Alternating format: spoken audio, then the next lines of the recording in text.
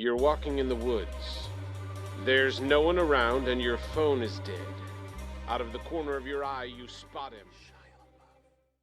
Hello there, my name is Graham and today we're going to be taking a look at and breaking down Mist Dews, a Call of Cthulhu scenario by Mike Mason. This scenario is one of two scenarios that can be found in the Keeper's screen pack, along with the screen and a great little reference handbook, which I found pretty damn good. It is one of only a few scenarios that takes you to the darker side of 1920s and you are beholden to a crime boss on the streets of Arkham, which isn't your typical approach for a Call of Cthulhu scenario. I think this is one of the first that lets you walk the criminal side, but it is becoming more popular with House of Memphis and Blackwater Creek also scratching that itch. We had a pretty good time with this scenario and I've run it twice now. I think this is the first time I'd ever had all my players go almost completely mad. I had one player with his investigator having literally one sand left as the others were drooling on the ground, and he was the only person to actually not go to zero. It was a pretty fun one, but it is indeed very, very deadly. The premise of the scenario revolves around a missing cat burglar, a Jack Sticky Fulton, whose absence has gone noticed by the crime boss he usually pays to operate in the area. What's really going on here though is a cult leader called Jacob Smith, no relation to Joseph Smith I'm sure, has employed Jack to go off the books and pick up 3 items during the night, breaking into the university and professor's house to get the acquired items. These, however, are to summon Azazoth himself and the stupid thief while he is waiting to give the items over to Jacob Smith.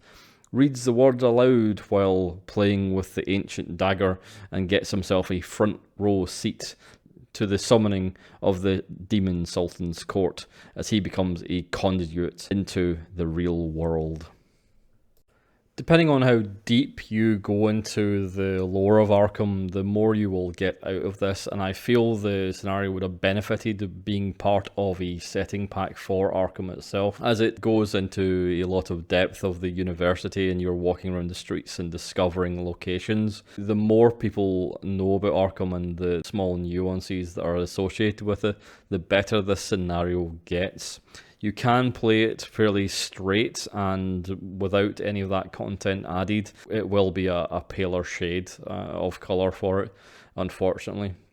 I also have a bit of a problem on the scale of Arkham to have an organised crime gang on this level as well. It feels like a town of about 10,000 or less than a city of maybe 100,000 or a 250,000 to have an organised crime gang like this that you have to pay tithes to. It seems a little bit fanciful in my opinion, and this is one of the problems I've always had with Arkham as well. It feels like that small university town. So if you're going to play this, I would definitely try and get hold of the Arkham source book and have a good read of that, as you'll have a lot more colour and depth to the actual city itself than you would do otherwise. However, if you can't be bothered and it's just a one shot you're looking to run, you'll still get a lot of good times out of this without it. On that note though, my favoured map of Arkham comes from Stygian Fox, which I'll have a link to below. You can pick that up on Drive-Thru RPG, I think, where the players can use anyone who owes a favour to the local mobster O'Leary. I would let them choose anyone they like who has crossed that line into the seedy underworld and owes them a favour. It can be anyone like a shopkeeper or a magistrate. It could be their first steps into that lifestyle. And where this might be interesting for them to cross that line, be aware that the scenario does actually assume that they will be gangsters, and some of the information they have to gather can only really be found by knowing other gangsters and criminals. There is ways around this, and that is fine, but it can take the GM a little bit of time to realise that. So just be aware that if you're using fish out of water rather than actual criminals themselves, you could tie their hands a little bit. The scenario opens in the back office of Hogan's Bakery on South French Hill Street, with the investigators being asked to come and see O'Leary the Hammer, a mid-level gangster they owe the favour to. Where there is an opening monologue to read to your players if you choose to use the provided pre-gens, it'd be better just to be handed a list of things you need to actually prompted to tell the players, as it's a lot harder to find information within that dialogue box on the fly than just have bullet points of the crux of the conversation, which is a lot better in my opinion. I really like the idea of this being part of a bakery, the back office being used by this low-level criminal.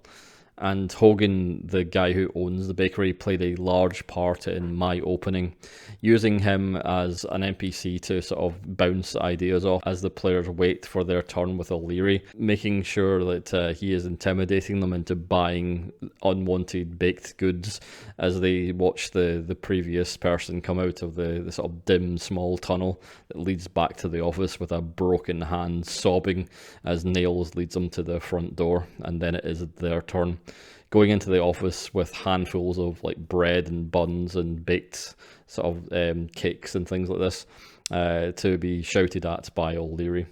It is just a fun little back and forth between the players, and it builds up a good character of where this bakery is and atmosphere within it.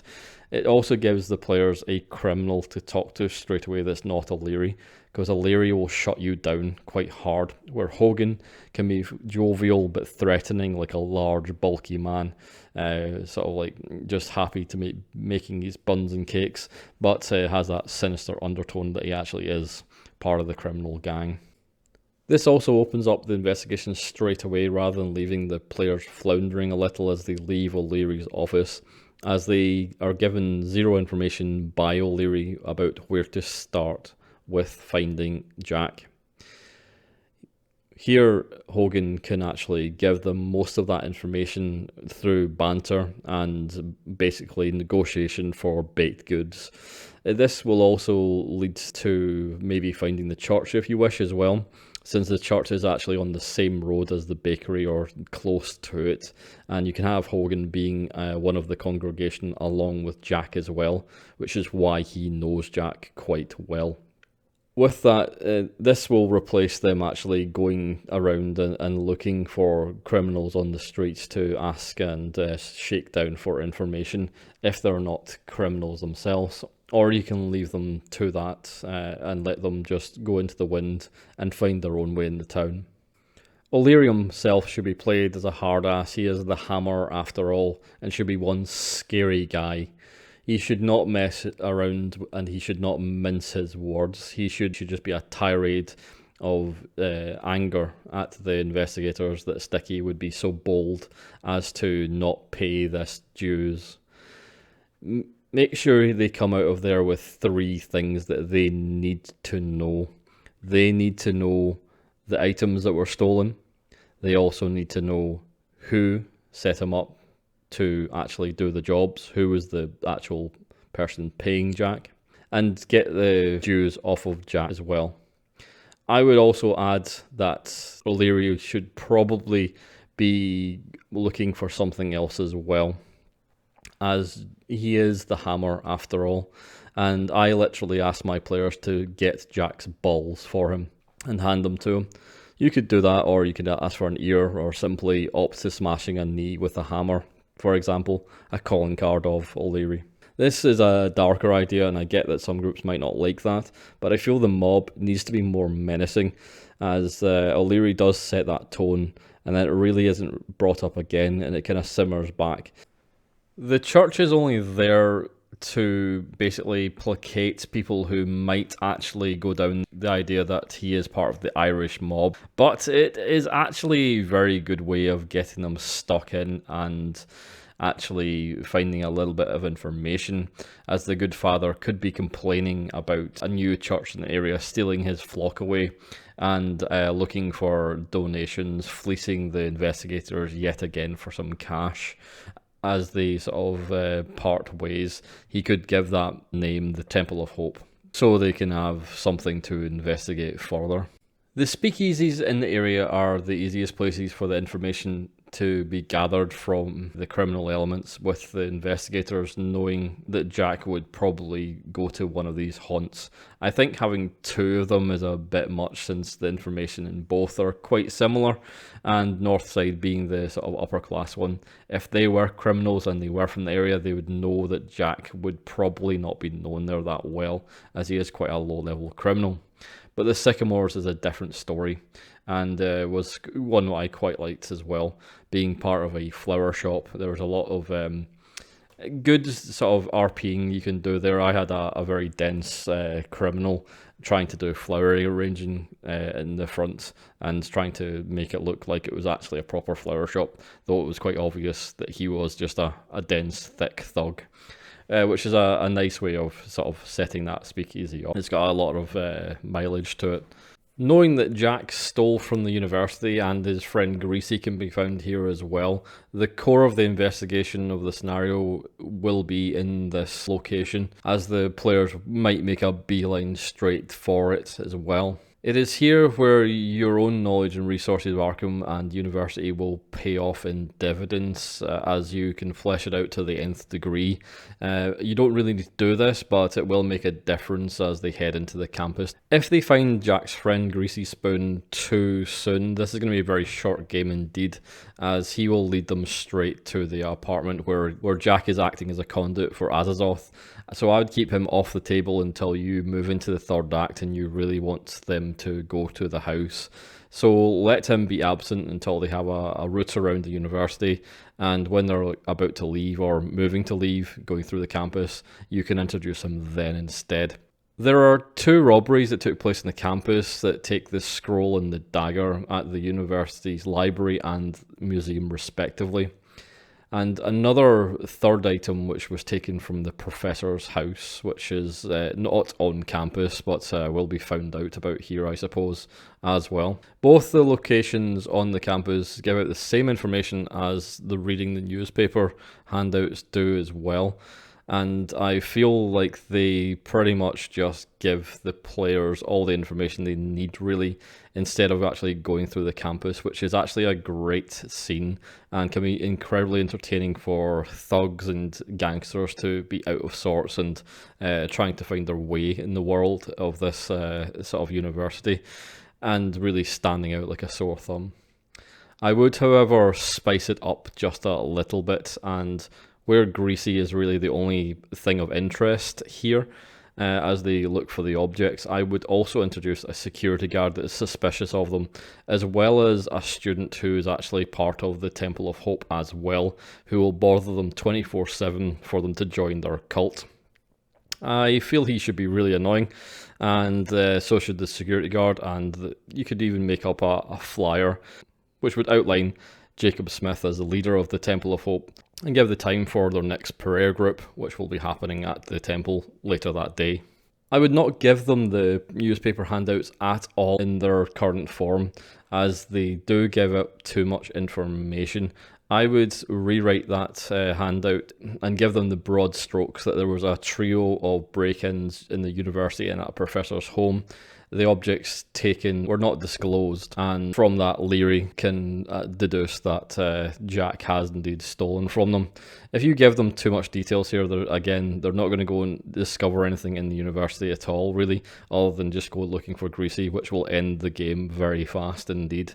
And if they don't find Greasy here, and they already have the information about the dagger and the scroll, then it's a bit of a wasted journey, and it can maybe not play out as interestingly as it could do otherwise. Unless your investigators ask for a description of Greasy, I wouldn't give it to them freely. Instead, I would have Greasy perform his little trick on them, looking for who is the richest in the group and pegging them as his target and trying to lift his wallet. After a bit of a search and asking around, they might peg who he actually is. I managed to lift 3 wallets in total before they figured out that this poor man who was feigning an illness was actually stealing from them, and one group just didn't notice at all, and he got away scot-free with their wallets entirely. If they do catch on and catch Greasy, he'll give up the address of Jack, most likely, which is the end of the scenario. The players can choose to go up to the Professor's house as well to find out what the third item that was stolen was. He shouldn't be too hard to coerce into finding out what was actually stolen, as it was quite a sort of mundane item. I would say if they try to break in to find an item which is missing and not in the house, and the Professor's house is full of notes, probably volumes of his own work, it is very unlikely that they're going to find anything at all. It will just be like shelves and shelves of leaves of paper, and they'll have no idea what any of it means or is, and they would have to be a university professor themselves to sort of dig through it and find out something of interest and linked to the actual scroll. So I don't think that's an actual valid way of doing it. And I would also add that he might go out and buy a big dog for security's sake, which might be in the house now because, well, he was just broken into and he might be a little bit on edge and thinks a dog might be a good idea. Along with that, in the nosy neighbour, the Professor's house should be quite entertaining for them to actually stumble up to and try to solve, but I wouldn't make it too hard for them, as this is basically just sort of lip service. They're here to get this piece of information, and it does actually help them with the final incantation if they get it. If they bother to come all this way, then I would try to accommodate them somehow if they actually try to get it. But all in all, from here, they'll probably head off to the Temple of Hope. There isn't really much reason to actually go to the church, as I only really need the name of Jacob Smith and the location of the man to fill the orders of O'Leary to get the name of the guy who's operating on his turf. But they can if they wish, assuming Jack might actually be here as well, and especially if they miss Greasy and don't find the address through him, this is the next logical step then.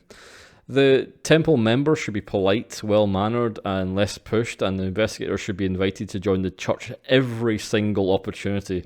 I would have Jacob Smith only speak to them after the meeting, and I would encourage you to try and baptize the actual players during the worship ceremony as well. They should know by now that something is up, and Azazoth will be mentioned several times. So imagine them hearing the word Azazoth and then being dunked into water to be baptized into the church, and then trying to backpedal as they try to fake join to try and get information. It is a pretty fun scene, and it is one you can chew the scenery on as well if you want to, and go proper ham. Go hell for leather, and make them feel like they just did something really stupid and really dark. Ultimately, Smith would probably not give up the location of the house willingly, and they'd have to sneak around to try and find that within the complex itself. I would, however, inject a conversation with Smith and some of his followers that can be overheard with a listen roll. Smith ordering two men to go to Sticky's apartment and find out where he is with the items. It doesn't make a lot of sense that he sent two men and then they didn't turn back up and he wasn't concerned or anxious about getting his stolen items. He would have followed up that personally with more people should they not have shown back up. I would allow the investigators to tail these two, leaving the actual church, and lead them all the way right to the apartment block itself, and just have them sort of disappear within the house as they'll be found later on. I would also add a little surprise here as well, should the PCs phone in and tell O'Leary about Smith. While the prayer meeting is happening, I would have a car pull up outside and spray the building with a Tommy gun, paying back the insult within the area. O'Leary is sort of evens the score, and then you can make sure the players are clear about what happened by the driver leaving a flowers outside with a sympathy card from O'Leary. It's a nice little gangster touch which could set the tone of their own sort of demise. Once the investigators get around to tracking down Sticky Jack's apartment, there is no real turning back. O'Leary should be crystal clear that he wants Jack's payment, or at least the items that he stole. They will need to go in one way or the other to get either of these items. Here the scenario really takes a turn for the mythos as the house is being consumed from the inside by the court of Azazoth, the idiot god. And perhaps this was Jacob Smith's plan all along, just he was the one that was meant to be the conduit. and why he wanted these items. But Jack managed to speak the words while messing with the dagger, and now he is the gateway to the outer god and cannot die. The house and the residents are twisted and broken by the seeping of reality into something more horrifying as the house slowly saturates with the reality of the cosmos. All in all, there's about 60 events that you're given for the apartment block, and they're all pretty fun and horrific to explore. I would say I wouldn't dwell on these too long, and I would perhaps even inject some of the PC's backstories if they are local. Perhaps their great Aunt May lives here, and one of the discoveries would be with that person in their backstory. You can really delve into some dark places in this House of Horrors. Even just the mental breaks could be enough to bring these backstories into play before they reach Jack's apartment. Make sure the piping music is a theme throughout. However, once discovered, have the servitor of Azazoth serenade them up as they climb to Jack's apartment.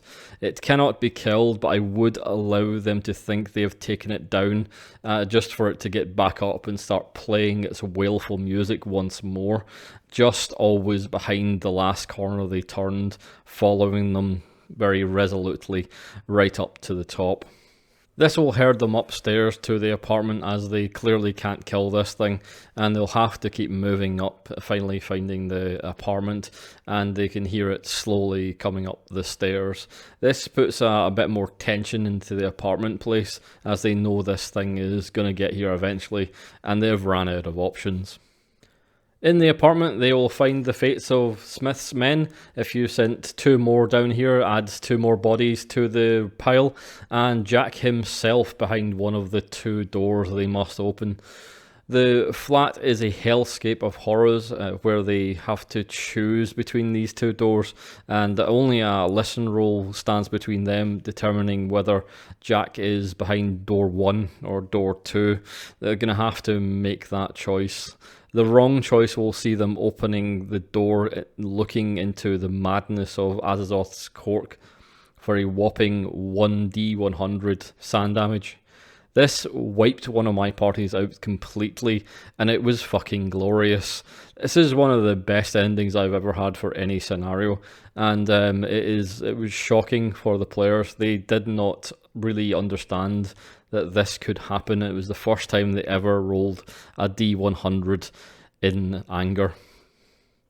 But make sure it doesn't feel too unfair, and I would leave some clues behind, as they might get some deja vu hearing some of the wailing coming from behind the door that sort of echoes the sort of servitor coming up the stairs as well, and perhaps they could figure it out from there. But it should come down to pretty much a 50-50, and if they're lucky, as one of my players in the other group was, they might only roll a 1.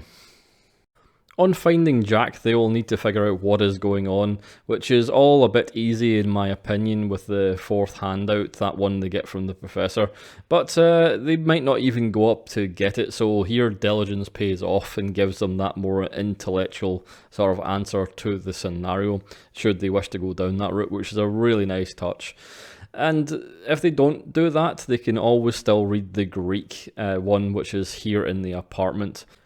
Option 2, in my opinion, is a lot more fun, and this is having to kill Jack. This is my favourite option, as it's far more entertaining, grisly, and dark. I would have him constantly in the background, trying and failing to kill himself, as he slowly giggles and cries, knowing that he cannot actually die, but trying to do it anyway, becoming more and more desperate. The investigators can try and help him out and give him some suggestions if they are inclined, and he'll happily go along with any of them, enthusiastic to end his misery. This trial and error should probably end in success at the end, but they should take a lot of sand loss here from what they're really doing. If they do take too long, I would have that servitor climb the stairs and enter the room as well, really putting the pressure on and the door buffering open as the servitor gets back to where it came from. This could be an alternative ending if they're just taking too long and they just can't figure out what to do. This creature can really just end it for you, having it appear and really just put them to task. It might suck, it might sound like you're TPKing, but if they're going to mess around for 3 hours in a room and still not understand what they're meant to do, you got to keep the tension going for the climax, and this is a good way of doing it. In conclusion, I really like this scenario. It's got some really good scenes in it, and it gives you a lot of space as a GM to flex your muscles.